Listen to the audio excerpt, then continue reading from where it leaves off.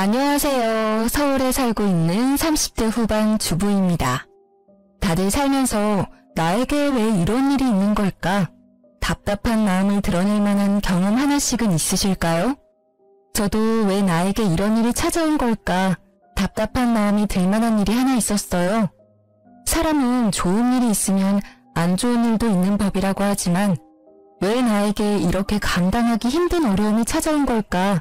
하루하루 눈물로 보냈어요. 이 답답한 마음을 조금이나마 덜고 싶은 마음에 고민 끝에 사연 한번 보내봤습니다. 전 저보다 1살 많은 남편과 오랜 연애 끝에 결혼하게 됐는데요. 사실 남편과 2, 3년 정도 연애했을 때 결혼하고 싶었는데 그 시기에 남편의 형도 결혼한다고 통보하는 바람에 결국 저희가 2년 뒤에 하기로 했어요. 아무래도 한 집안에 연달아 결혼한다고 하면 돈은 돈대로 많이 나가기도 하고 주변 사람들이나 집안 어른분들께 결혼식에 초대하는 것도 미안하다면서 저희 보고 결혼을 좀 늦게 해달라고 아주버님께서 부탁을 하더라고요. 처음엔 누가 먼저 하든 그게 무슨 상관일까 싶었어요. 아주버님은 고작 6개월 연애한 뒤 갑자기 결혼하겠다고 하신 거였어요. 애초에 우리 부부는 아주버님이 연애하기 전부터 결혼 얘기가 오고 가고 있을 때라서 따지고 보면 우리가 먼저 결혼하는 게 맞다고 생각했거든요. 시부모님도 물론 그렇게 생각했었지만 아주버님은 거의 5, 6년 만에 연애하게 된 거였었고 이 여자 놓치면 평생 노총각으로 살 것 같다고 해서 결국 저희가 양보하게 됐습니다. 그렇게 아주버님이 결혼하고 2년 뒤 저희 부부가 결혼했는데요. 결혼은 제가 늦게 했어도 전 결혼 전부터 시부모님을 자주 찾아뵀던 편이었는데요. 그래서 이미 시부모님과 많이 친했었던 편이었고 특히 시어머님 성격이 정말 좋으세요. 애교가 많으시고 사람 자체가 꼬인 게 없고 모든 일에 긍정적이세요. 그래서 저 처음 봤을 때부터 지금까지 저 시집살이 시킨 적이 없는데요.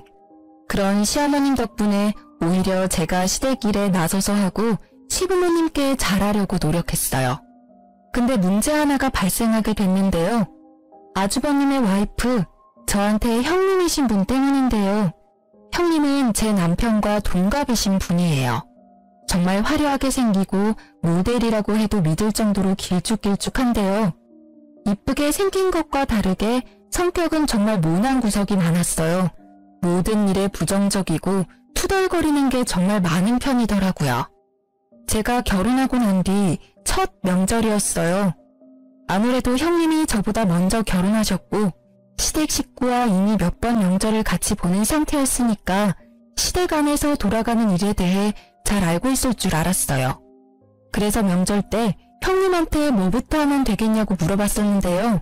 형님, 어머님께서 잠깐 시장 좀 다녀오신다고 그동안 간단하게 나물이랑 전 몇 개만 만들고 있으라고 하셨는데 전 뭐부터 하면 될까요? 그걸 왜 나한테 물어봐? 동서가 알아서 해. 내가 하나하나 알려줘야 돼? 그게 아니라 아무래도 형님이 어머님이랑 몇 번 더 명절 같이 보내보셨잖아요. 그래서 어떻게 해야 할지 아실 것 같아서 물어본 거예요. 이 집이라고 해서 뭐 특별한 거라도 있는 줄 알아? 남들이 하는 것처럼 대충 만들면 돼. 귀찮게 왜 자꾸 물어봐? 내가 이 집 구석 하나로 들어온 건지 며느리로 들어온 건지 가끔 헷갈리네. 나 잠깐 자고 있을 테니까 동서가 알아서 만들고 있어. 어머님 오실 것 같으면 미리나 깨워주고. 알겠지? 아무래도 아랫사람인 내가 윗사람 허락 없이 이것저것 하면 예의 없는 행동인 것 같아서 형님께 이것저것 물어봤어요. 물어볼 때마다 그거 하나 알아서 못하냐고 큰 소리를 내시는 편이었어요. 반대로 제가 알아서 일을 하고 있으면 저보고 왜 본인한테 안 물어보고 일 시작하면 어쩌자는 거냐면서 엄청 혼을 내기도 합니다. 그런 형님의 장단을 맞추는 게 참 어려워요. 그리고 형님과 같이 음식을 만들거나 집안일을 같이 하는 거 보면 할 줄 아는 게 전혀 없었습니다. 간 조절조차 못하는 편이라서 결국 모든 일을 제가 다 하게 됐어요. 형님도 본인이 요리 하나 제대로 못하는 걸 아는 편이기 때문에 초반에 좀 하는 척만 하고 나중에 낮잠을 자거나 딴짓을 하고 있더라고요. 정작 일은 제가 다 하는 편인데 시어머님 앞에서는 본인이 거의 다 한 것 마냥 힘든 척 고생한 척을 하니 억울했어요. 다행히 시어머님께선 제가 고생한 걸 다 알고 계시더라고요. 언제 한번 시어머님께서 절 따로 불러서 한 얘기가 있었어요. 영지야, 요즘 많이 힘들지? 요즘 살이 자꾸 빠지는 것 같아. 밥은 잘 챙겨 먹고 있어? 네? 힘들긴요. 제가 힘들 게 뭐가 있겠어요. 다 알아. 그네 때문에 많이 힘든 거. 사실 한동안 그네가 너한테 어떻게 하는지 대충 지켜봤었거든. 작은애, 너가 우리 집에 시집 온 뒤로 우리 집 분위기가 정말 많이 밝아진 게 보여.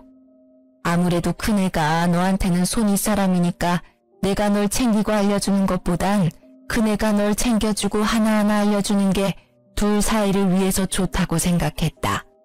근데 그네 하는 행동들 보면 너가 고생이 많을 것 같아서 말이야. 사실 그네가 노는 걸 너무 좋아하고 친정에서 뭐 하나 제대로 배워온 게 하나도 없는 애라서 내가 애를 뭐부터 하나하나 알려줘야 하나 고민이 많았었어. 그래도 우리 작은애가 너무 반듯하고 뭐 하나라도 더 잘하려고 노력하는 모습이 너무 예뻐. 너무 고맙다. 내가 너가 있어서 든든해. 감사해요, 어머님. 어머님이 제 마음 알아주신 것만으로 든든하고 힘이 나네요. 어머님은 모든 일에 대해 다 알고 있었어요.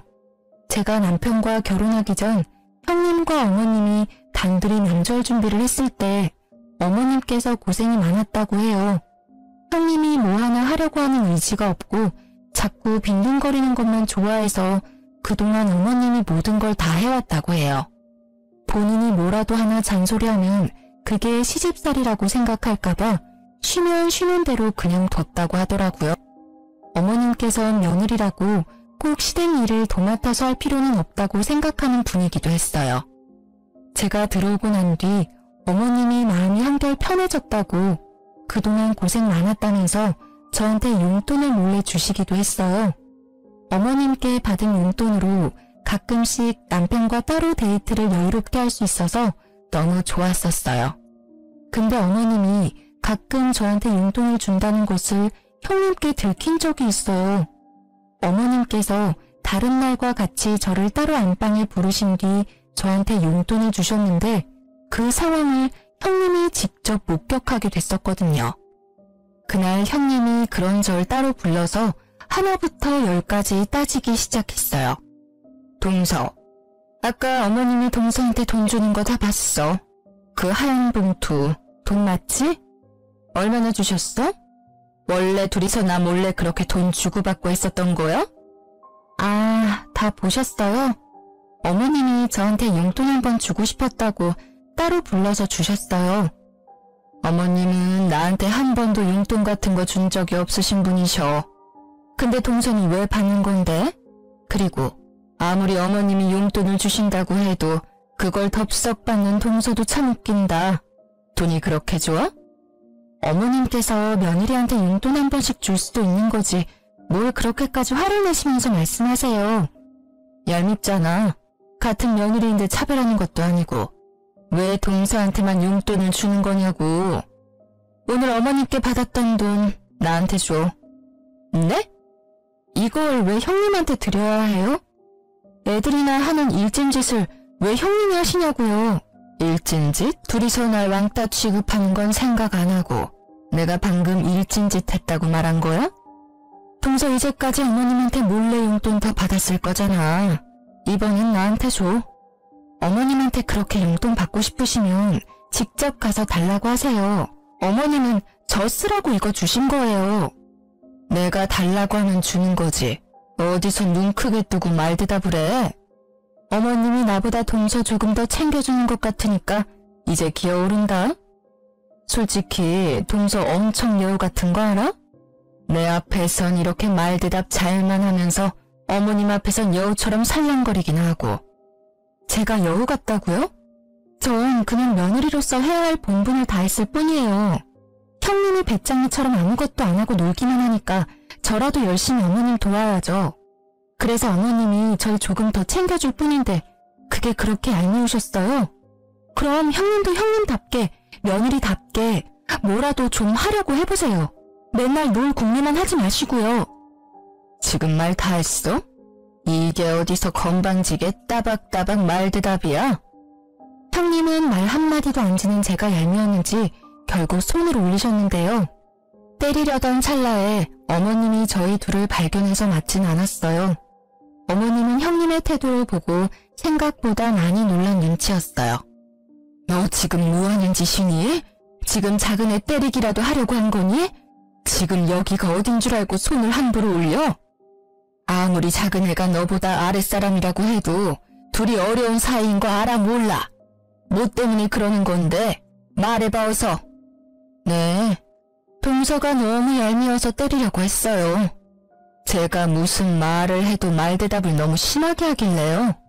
어머님 말대로 동서와 저 어려운 관계잖아요. 근데 동서는 제가 무슨 말을 해도 안 지려고 하더라고요. 그러니까 뭐 때문에 그러냐고. 아무리 작은 애가 말대답을 했다고 해도 그렇지 사람을 때리려고 할 수가 있냐고. 그것도 다 큰 성인이. 어머님이 동서한테만 용돈 주시고 이뻐하니까 그랬어요. 저 아까 어머님이 동서한테만 용돈 주는 거 직접 두 눈으로 봤어요. 동서도 동서지만 어머님도 참 너무했어요. 어떻게 저만 쏙 빼고 동서한테만 돈을 주실 수가 있으세요? 저도 어머님 며느리입니다. 제가 아무리 동서보다 못한 사람이라고 해도 이렇게 차별해도 되는 건가요? 그래, 내가 작은 애한테 용돈 좀 줬다. 근데 그거 하나로 애를 때리려고 들어? 이제까지 작은 애가 고생을 많이 하기도 했고 힘들어도 힘든 내색을 전혀 안 하길래 내가 고마운 마음에 줬어. 넌 그런 작은 애한테 한 번이라도 고맙다는 말 해본 적은 있냐? 너가 해야 할 일까지 작은 애가 다 했어. 제가 도대체 뭘 안 했다는 건데요? 고작 음식 몇 가지 안 만든 걸로 그러시는 거예요? 고작이라니. 우리 집안에 관련된 일 직접 나서서 하라는 말이 아니야. 지금 너 태도가 문제라는 걸 말하고 싶은 거야. 너가 하기 싫다고 아랫사람한테 다 떠넘기고 그걸 너가 다 했다고 거짓말까지 하는 그 너의 태도가 문제라는 걸 말하고 싶었다. 근데 작은 애는 한 번도 너에 대해 나쁘게 말한 적이 없었어. 근데 너는 작은 애를 못 잡아먹어서 안달이잖아. 영지야, 너 다음 명절 때 여기에 올 필요 없다. 다음 명절 때 치를 차례는 나랑 큰애만 준비할 테니까 너희는 오지 마.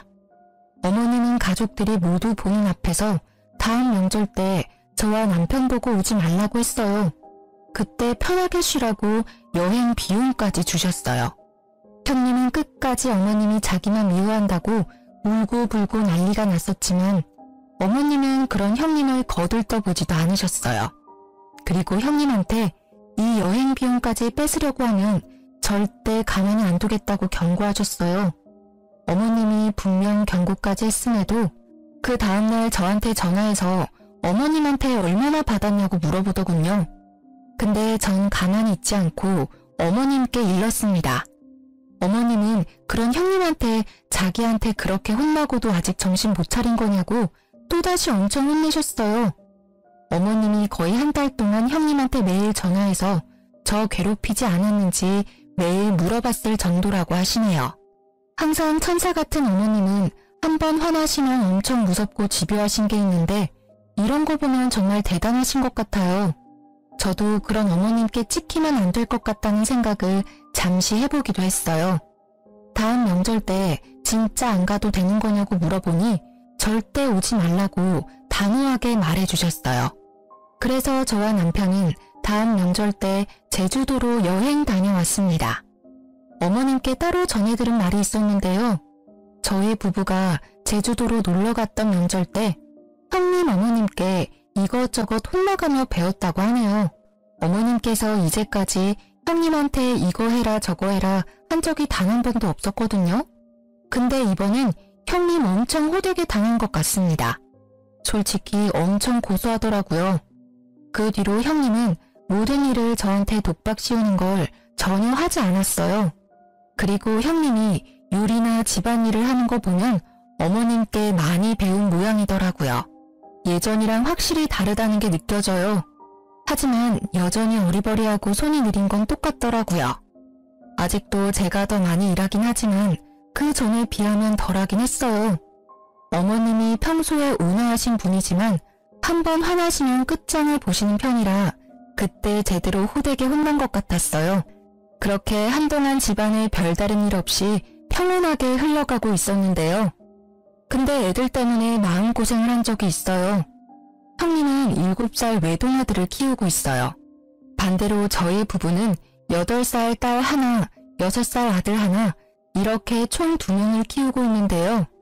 애들이 없을 때까지만 해도 가족 분위기가 자체가 시끄럽지 않았는데 애들이 생기고 나서부턴 시끄럽긴 하지만 웃을 일이 많아졌어요.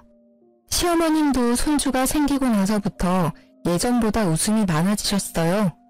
행복해야 할 시어머님 생신날 애들 사이에서 일이 하나 터지게 됐는데요. 원래 애들이 많은 집안이면 애들끼리 싸우는 일이 번번이 일어나잖아요. 다른 애들 있는 집안처럼 저희 집에도 애들끼리 싸움이 일어났어요. 어른들끼리 다 같이 커피 마시면서 시간을 보내고 있는데 애들이 놀고 있는 작은 방에서 울음소리가 들리더라고요. 그래서 서둘러 작은 방으로 갔었는데 제 아들 얼굴에 상처가 나 있더라고요. 형님 아들이 제 아들을 자꾸 때리길래 왜 그러냐고 말렸었는데요. 옆에서 같이 말리고 있던 제 딸이 이 모든 상황을 설명해 줬어요. 엄마, 얘가 현우가 갖고 있던 장난감 억지로 뺏으려고 했어요. 근데 현우가 장난감 주기 싫다고 하니까 그때부터 현우 얼굴 자꾸 때렸어요. 재준아, 재은이 말이 맞아? 너가 현우가 갖고 놀고 있던 장난감 억지로 뺏으려고 했어? 그래도 그렇지, 현우 얼굴 이렇게 때리면 어떡해. 다음부터 그러지 마, 알겠지? 현우도 장난감 혼자 갖고 놀면 안 돼. 서로 바꿔놀기도 하고 그래야지. 서로 미안하다고 사과해. 형님 아들과 제 아들은 서로 미안하다고 사과하고 다시 놀기 시작했어요. 아이들은 싸웠다가 언제 싸우냐는 듯이 금방 화해하고 다시 친하게 지내잖아요. 제 아들 얼굴 흉터도 크게 나지 않아서 다행이기도 하고 애들 싸움이 크게 나지 않은 것만 같아서 마음이 좀 놓였는데요. 근데 형님 표정이 좋지 않더라고요. 동서 닮아서 그런가 현우가 욕심이 많나 보네.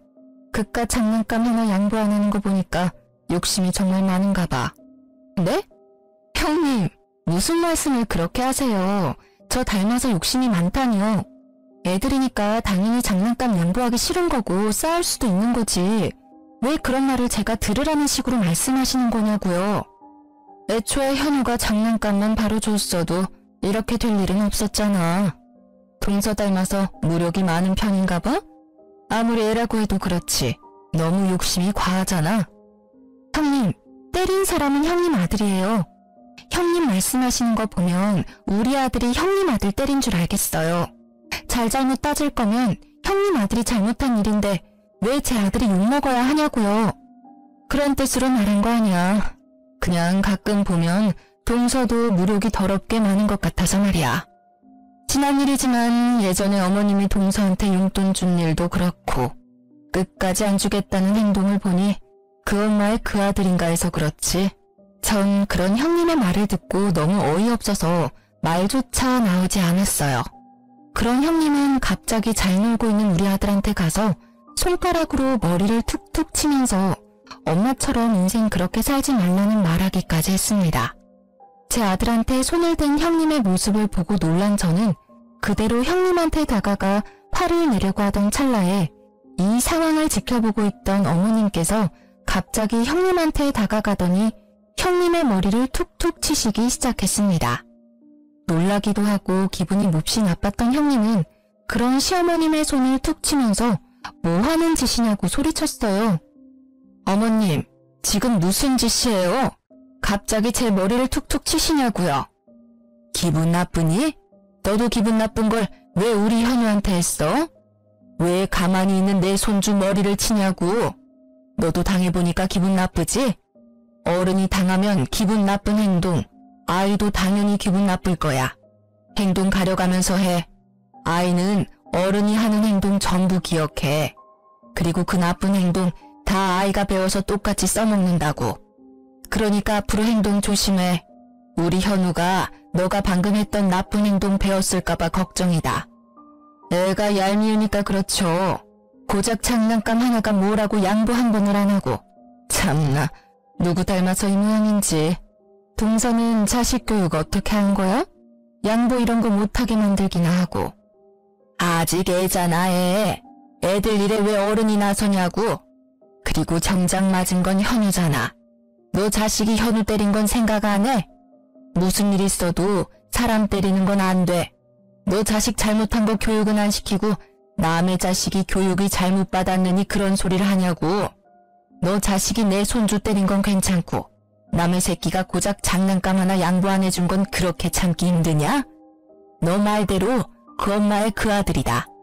엄마가 이 모양인데 애가 뭘 보고 배울 수가 있겠어? 애가 어떻게 클지 훤히 보인다. 이번에도 또 제가 잘못한 일이에요? 어머님은 항상 왜 제 편이 아니라 동서 편이신 거예요? 저 어머님이 이러실 때마다 지겨워 죽겠어요. 제가 뭘 그렇게 잘못했다고 꾸짖기나 하시고 나중에는 애들까지 편애하시겠네요. 저 어머님한테 서운한 거 정말 많습니다. 며느리도 똑같은 자식인데 왜 이렇게 차별만 하시냐고요.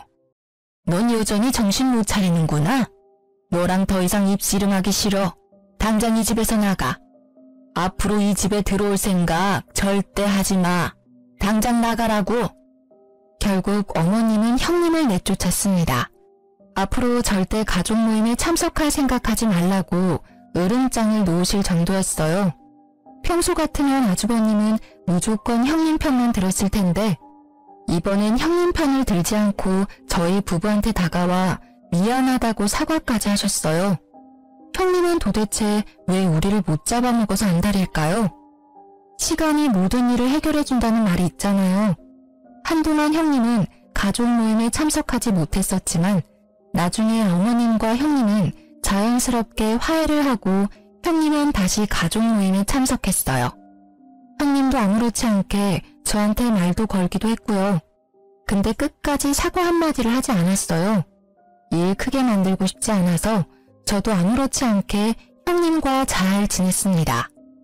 예전처럼 다시 잘 지내고 있는데 저에게 안 좋은 일 한 가지가 생겼는데요. 저희 친정아버지가 교통사고를 당하게 됐어요. 남동생도 먼 지방에 있던 상태라서 동생보다 제가 친정집에 가는 게 빨랐어요. 그래서 전 친정집에 며칠 동안 지내야 하는 상황이었는데 학교와 유치원을 다니는 애들까지 친정집에 데리고 갈 수가 없었어요. 남편도 워낙 야근이 많은 직업을 가진 사람이라 애들을 제대로 케어할 수가 없었거든요. 결국 시어머님께 애들을 맡기게 됐어요. 보름 정도 시어머님이 애들을 데리고 있기로 했는데 어머님은 오히려 엄청 좋아하시더라고요. 워낙 손자를 좋아하는 분이라서 하루 종일 손자랑 같이 있을 수 있다며 오히려 좋아하셨어요. 애들도 할머니랑 같이 있어서 좋다고 했고요. 근데 어머님이 애들을 데리고 있을 때 큰 사고가 하나 터지고 말았어요. 어머님께서 애들을 돌보고 있던 보름 중 딱 하루, 어머님이 아침 일찍 외출을 해야 했던 날이 있었어요. 근데 우리 애들 때문에 못 갈 상황이 되고야 말았어요. 그래서 어쩌면 좋을까 고민하고 있었는데 전업주부로 지내고 있는 형님이 제 아이들을 잠시 데리고 있겠다고 먼저 말했나 봐요. 그래서 어머님은 마음 놓고 외출하셨는데요. 어머님도 저한테 따로 말씀해 주셨어요. 본인이 이날 바쁜 일이 있어서 이날 하루만 형님이 데리고 있는다고요. 근데 그날 저녁 갑자기 경찰서에서 연락이 오게 됐는데요. 아이들이 경찰서에 있다는 연락이었어요. 그래서 친정집에서 시댁 근처에 있는 경찰서로 바로 가게 됐는데요. 경찰서에 도착하니 벌써 새벽이더라고요. 경찰서 안에 있는 애들을 보니 완전 산거지가 따로 없더라고요. 애들은 절 보자마자 바로 울었고요. 그래서 이게 무슨 상황인가 싶어서 경찰한테 어떻게 된 거냐고 상황 설명을 듣게 됐었는데요. 이날 형님은 제 아이들과 형님 아들을 데리고 키즈 카페에 갔었다고 해요. 근데 형님은 제 아이들을 키즈 카페에 두고 본인 아들만 쏙 데리고 나갔다고 해요. 저희 애들 밥도 안 먹이고 본인 아들만 밥을 먹이려고 했던 거였어요. 밥 먹은 후에 우리 애들한테 바로 갔어야 했는데 형님은 우리 애들의 존재를 까먹었는지 애들을 키즈 카페에 두고 집에 돌아갔습니다. 몇 시간이 지났음에도 형님이 안 오자 불안했던 제 애들은 결국 키즈 카페 밖으로 나가게 됐고 늦은 밤까지 키즈 카페 주변을 서성거렸다고 해요. 늦은 밤에 키즈 카페 주변에 있는 공원에서 놀고 있는 제 아이들을 발견한 경찰분들이 애들을 데리고 경찰서로 간 거라고 하네요. 전 경찰분과 아이들의 말을 듣고 다리에 힘이 풀렸어요. 전 아이들을 안고 펑펑 울었습니다. 경찰이 애들을 발견하지 못했더라면 평생 우리 아이들을 보지 못했을 거란 생각에 심장이 마구 뛰더라고요. 한창 뉴스에 애들 관련 사건 사고가 많이 나왔었을 때라서 경찰한테 연락을 받았을 때 우리 애들한테 무슨 일 있는 건 아닐까 많이 무서웠었거든요. 다행히 애들이 제 번호를 외우고 있었던 덕에 바로 연락이 닿을 수 있었네요. 좀 진정된 뒤 전 남편에게 전화했습니다. 얼마 지나지 않아 남편과 시어머님, 형님네 부부까지 전부 경찰서에 왔어요. 뒤늦게 이 사실을 알게 된 어머님은 목 놓아 우시면서 애들을 꽉 안았습니다. 내가 죄인이다, 죄인. 내가 밖에 나가지만 않았어도 이런 일 생기지도 않았을 텐데 할머니가 미안하다. 어머님, 울지 마세요. 어머님 잘못 전혀 없어요. 다행히 애들이 멀리 가지 않고 그 근처 공원에 있었다고 하네요. 아참, 큰애야. 너가 이 상황 다 설명 좀 해봐라. 분명 너랑 같이 있어야 할 애들이 왜 경찰서에 있는 거니? 말 좀 해봐.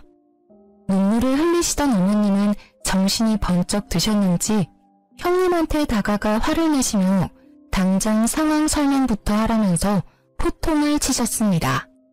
이 사태의 원인 제공자인 형님은 오히려 어머님이 우는 게 이해가 안 간다는 표정을 지으며 가만히 서 있기만 했어요.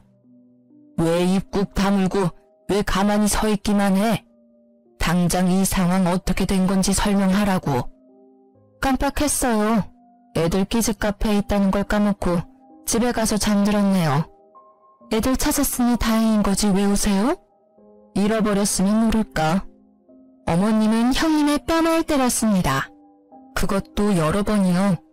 정말 많이 화가 난 것 같았습니다. 저 왜 때리세요?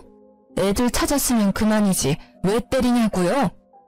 망할년, 너 때문에 우리 집 돌아가는 꼬라지 좀 봐라. 너 때문에 내 소중한 손주가 없어질 뻔했어. 너 하나 우리 집에 들어오고 나서 모든 일이 다 악재야, 악재. 그러니까 애초에 어머님이 나가지 말았어야죠. 왜 저한테는 그러세요? 저 잘못한 거 없어요. 너 끝까지 너 잘못 없다는 거지? 우혁이, 너 당장 얘랑 이혼해. 당장. 이 범죄자랑 더 이상 가족으로 못 지내. 당장 이혼해, 당장. 어머님은 아주버님께 당장 이혼하라고 말씀하셨어요. 형님은 끝까지 본인은 잘못한 게 없다고 주장하는 입장이라 어머님은 그런 형님께 온갖 정이 다 떨어졌습니다. 근데 아주버님은 끝까지 형님과 이혼할 수 없다고 말씀하셨어요. 그래서 어머님은 그런 아주버님도 꼴도 보기 싫다고 절연 선언을 하셨습니다. 어머님이 아주버님과도 연을 끊을 줄은 몰랐어요. 아무래도 첫째 아들이라서 많은 애정을 갖고 계셨거든요. 근데 어머님은 진심으로 아주버님 연락 일절 받지 않으셨고 집까지 찾아오면 소금까지 뿌릴 정도였습니다. 어머님이 만나주지 않으니 답답했던 아주버님과 형님은 절 직접 찾아오시기까지 했는데요. 무슨 일로 오셨어요? 재수씨, 엄마가 도저히 절 만나주지 않아요. 재수씨가 저희 엄마 마음 좀 돌려주면 안 돼요? 그걸 왜 저한테 부탁하세요? 애초에 형님이 우리 애들 방치만 안 했어도 이런 일 없었을 거잖아요. 그 일 있고 나서 형님께선 저랑 어머님께 진심으로 사과는 했나요? 사과조차 하지 않았으면서 어머님한테 용서를 바라는 건 너무한 거 아니에요? 어머님도 어머님이지만 저한테 정식으로 사과하세요. 제 아이 잃을 뻔한 거라고요. 재수씨, 이 사람 대신해서 제가 대신 사과드릴게요. 제 와이프가 생각이 너무 짧았어요. 내 자식이라 생각하고 돌봤어야 했는데 이 사람은 그게 부족했던 것 같아요. 아니요. 형님이 직접 해주세요. 이제까지 형님이 저와 어머님께 해왔던 잘못된 행동부터 제 아이 잃어버릴 뻔한 일에 대해서 정식으로 사과해주세요. 아주버님 옆에 있던 형님은 끝까지 입을 열지 않으셨어요. 아주버님은 그런 형님께 화를 내면서 사과하라고 말했지만 끝까지 안 하더군요. 그렇게 1년 가까이 형님과 아주버님을 보지 않고 살게 됐었는데요. 그런 어느 날 갑자기 아주버님이 울면서 시어머님을 찾아간 적이 있습니다. 거의 1년 만에 아주버님을 본 거였는데 그런 아주버님이 울면서 있으니 시어머님과 저희 부부는 많이 놀랐는데요. 평소 시어머님 성격 같으면 그런 아주버님을 보고도 그냥 내보냈을 텐데 그날은 그런 아주버님의 이야기를 묵묵히 듣고만 계셨어요. 이날 아주버님이 울면서 했던 말이 아직도 생생한데요. 아주버님은 시어머님과 저희 부부를 안 보고 지내던 1년 동안 둘째 계획을 세우고 있었다고 합니다. 근데 생각보다 둘째가 잘 생기지 않아서 그 이유에 대해 알기 위해서 산부인과를 찾아갔다고 해요. 원래 산부인과까지 갈 필요는 없다고 생각했었는데 하도 임신이 안 되니까 마음 크게 먹고 갔던 모양이더라고요. 그래서 각종 검사를 받게 됐었는데 아주버님께서 무정자증이라는 충격적인 검사 결과가 나왔다고 합니다. 완전 패닉 상태였다고 하는데요. 무정자증이라면 첫째 아이를 어떻게 가진 걸까 의문에 빠졌다고 해요. 그것 때문에 한동안 형님과 엄청 싸웠다고 합니다. 결국 두 사람은 친자 검사를 받게 됐는데 형님의 아들이 아주버님의 아이가 아니라는 결과가 나왔다고 해요. 알고 보니 형님께서 아주버님과 결혼 준비를 하면서 다른 남자와 몇 번의 잠자리를 가졌다네요. 여러 남자들과 가졌던 거라서 아들이 어떤 남자 아이인지 모른다고 해요. 그래서 그 문제로 아주버님은 울면서 시어머님을 찾아갔던 거였습니다. 시어머님은 그런 아주버님을 때리면서 하필 결혼해도 그런 여자랑 결혼해서 왜 이 사단을 만들었냐며 호통을 치셨습니다. 아주버님은 그런 형님이 보기 싫어서 거의 한 달 동안 따로 나와서 살았다고 해요. 결국 돌고 돌다가 갈 곳이 없어서 시어머님 집으로 찾아왔다고 합니다. 결국 어머님은 아주버님을 받아주기로 결정하셨고 아주버님은 형님이 잠시 집을 비운 사이에 본인 집만 싸서 바로 어머님 댁으로 갔어요. 아주버님은 어머님 집에서 지내면서 아이를 어떻게 할지 많은 고민을 하신 것 같아요. 결국 그 아이는 아주버님이 키우기로 했습니다. 어머님과 제 남편은 절대 안 된다고 반대했지만 애는 죄가 없다면서 그동안 내 아들이라 생각하면서 키운 정이 있기 때문에 이 아이를 놓치고 싶지 않았다고 해요. 그렇게 아주버님과 형님은 이혼하게 됐어요. 형님네 부부가 살고 있던 집부터 형님의 개인적인 재산 모두 아주버님한테 다 넘어가게 됐었는데요. 양육권까지도 전부 아주버님께 넘어갔고요. 아주버님은 저희 부부에게 따로 찾아와서 그동안 형님 때문에 마음고생시킨 거 정말 미안했었다고 저희 부부에게 5천만 원이란 돈을 줬습니다. 처음엔 돈 안 받겠다고 거절했었지만 이 5천만 원 돈 전부 형님 돈이었다면서 자긴 아이 키울 돈 충분히 받았다고 이 돈 저희 부부한테 꼭 받으라고 하더라고요. 그리고 예전에 아이 잃어버릴 뻔한 일도 다시 한 번 더 사과해 주셨어요. 형님은 모든 재산과 집, 아이까지 뺏긴 상태에서 매달 150만 원씩 아주버님께 양육비를 줘야 한다고 해요. 근데 한 푼도 받지 못하고 이혼당한 형님께선 매달 150만 원씩 줄 능력이 되지 않으세요. 게다가 이혼하고 지낼 공간도 없었다네요. 형님 친정 부모님은 이미 돌아가신 상태라 기댈 곳이 없거든요. 그래서 한동안 사우나부터 모텔까지 돌아다니면서 지낸다고 들었어요. 양육비를 당장 지급해야 하는 상황인데 결혼하는 동안 전업주부로 지냈던 형님은 당장 취업할 곳이 마땅치 않았어요. 그래서 어떤 일을 해야 할까 고민이 많은 듯 했는데요. 그런 형님께서 저한테 연락해서 만나자고 하시더라고요.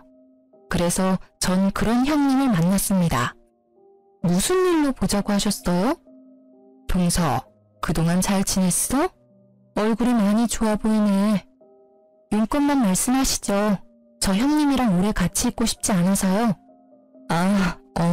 동서도 알고 있겠지만 내가 그이랑 이혼하고 나서 매달 150만 원씩 양육비를 줘야 하는 입장이야. 근데 내가 그이랑 같이 사는 동안 일을 하지 않았었잖아. 경력이 단절된 상태라 일할 곳이 마땅치 않아. 동서는 결혼하고 나서도 계속 일해왔으니까 주변에 아는 회사나 아는 사람들 많을 것 같은데 혹시 내가 일할 만한 회사 자리 하나 있을까? 있으면 나 좀 소개해 줄래? 제가 왜 그래야 해요? 일 하나 못 구해서 바쁜 사람 불러낸 거예요? 일할 자리가 없으면 식당이나 공장에 들어가서라도 일을 하셔야죠. 내가 그 생각을 못했네. 그래도 내가 결혼하기 전에 백화점에서 일했으니까 공장이나 식당 일은 잘 못할 것 같아서 그래서 혹시나 하는 마음에 동서한테 물어본 거야. 마땅한 일자리 없으면 돈이라도 빌려줄 수 있을까? 내가 지금 지낼 곳이 전혀 없어. 지금 내 모습 보면 딱 알겠지? 완전 거지 같아. 혹시 돈 조금이라도 있으면 빌려줄래? 다음 달부터 일해서 그이한테 양육비 줘야 하는 입장인데 회사 갈 때 쓸 교통비조차 없어서 말이야. 그것도 형님이 알아서 하세요. 저한테 사과라도 하면서 부탁할 줄 알았는데 사과 한마디도 없이 부탁만 하시니까 정말 어이가 없네요. 동서, 사과하려고 했어. 내가 마음이 너무 급하니까 부탁 먼저 하게 됐네. 사과 먼저 하는 게 맞았는데. 동서, 예전에 있었던 일 전부 사과할게.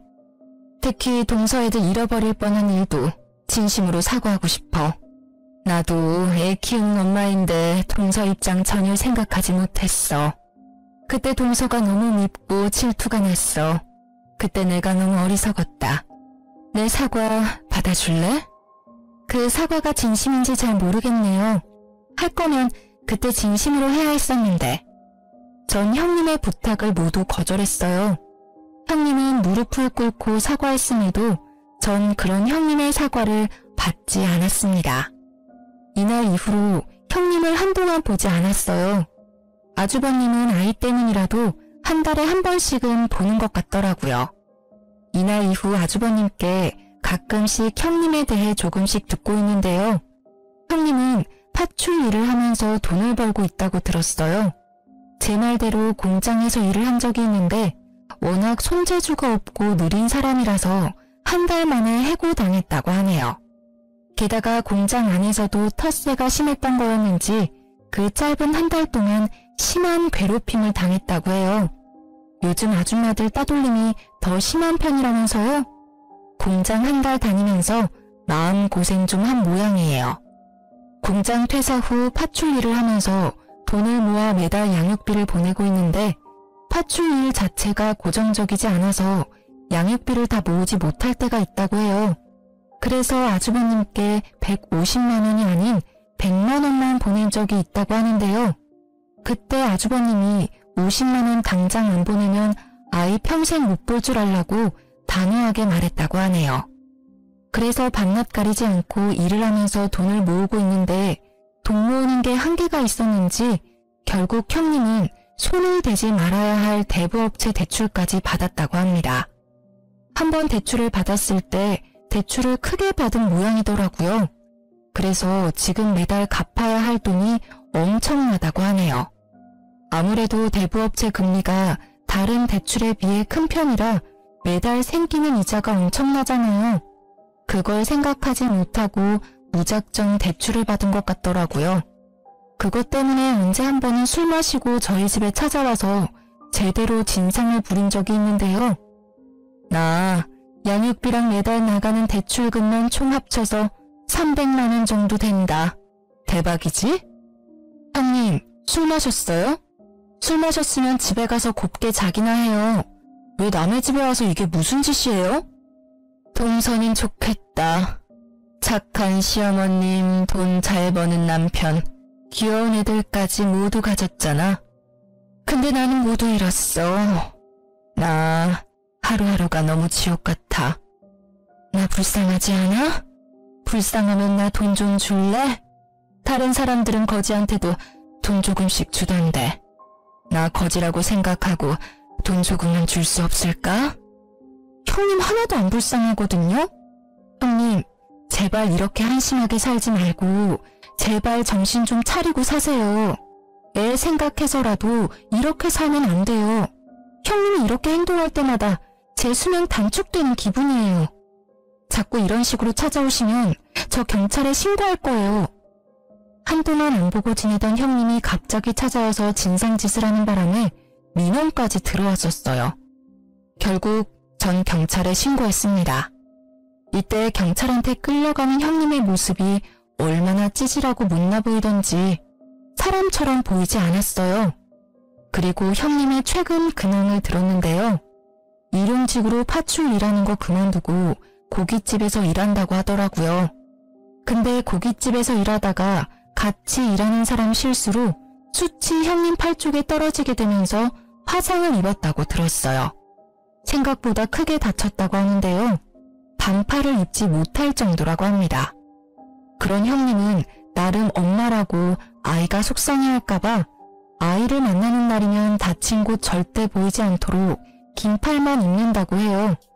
아주버님도 형님이 다친 줄 몰랐는데 우연히 발견했다고 합니다. 그걸 보고도 마음이 아프지 않았다네요. 그동안 형님한테 당한 짓들이 있어서 그런지 동정심도 들지 않는다고 해요. 아이만 아니라면 형님 절대 보고 싶지 않다고 해요. 이게 최근 형님의 근황이고 그 뒤로는 소식을 듣지 못했어요. 전 그런 형님의 근황을 듣고 얼마나 속이 다 시원한지 몰라요. 몇 년 동안 형님한테 당한 일들이 있다 보니 형님이 행복하지 않게 살고 있다는 게 저의 행복이었어요. 사람 인생이 망가진 건데 이렇게 즐거워해도 되는 건가 싶었지만 전 형님이 제 가족일 때 정말 고통스러웠어요. 그래서 전 그런 형님이 항상 불행했으면 했거든요. 형님과 아주버님이 이혼하고 난 뒤 저희 가족은 정말 행복하게 잘 지내고 있어요. 시어머님도 골칫덩어리 하나 제거돼서 속이 다 시원하다고 말씀하십니다. 형님이 아주버님과 이혼하고 나서 저희 집안에서 항상 웃음이 넘쳐나요. 싸울 일도 전혀 없고요. 그리고 어머님께선 형님의 아들을 편애하거나 그러지 않으세요. 예전처럼 이뻐해주고 있습니다.